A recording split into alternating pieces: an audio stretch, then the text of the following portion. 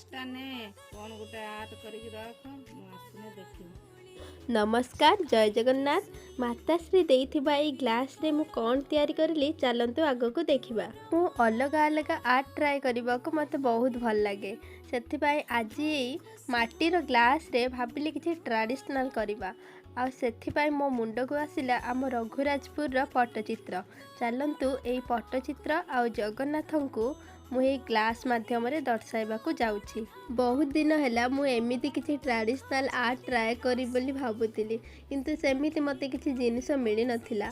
आज माताश्री पाखरु एई glass T को पाई मो सेथिरे रघुराजपुर एई पट्टचित्र को आपण मानकु दर्शाइबा को जाउछि। एई आर्ट गुड़िक करबा को टिके तो कष्ट लागे, किंतु देखिबा को बहुत सुंदर लागे। आम ओडिशार एही कला संस्कृतिर चित्र केवल आम ओडिशा नुहे, देश विदेश सबुठारे प्रसिद्ध। जदि पुरी जिल्लार को भी दर्शकों पाखरे मोर एई चित्रटी पहुँचुथिबो ताहाले कमेंट माध्यम रे निश्चित जणांतु। आउ आम महाप्रभु कालिया सान्तंक पई जय जगन्नाथ टी लेखिबा को जमा भी भूलिबेनी। आज तो मु एतिके कंप्लीट करि पारिली। आउ दुई साइड रे मु कोन चित्र करिबी ताहाको मध्य कमेंट माध्यम रे निश्चित जणांतु। रहिली जय जगन्नाथ।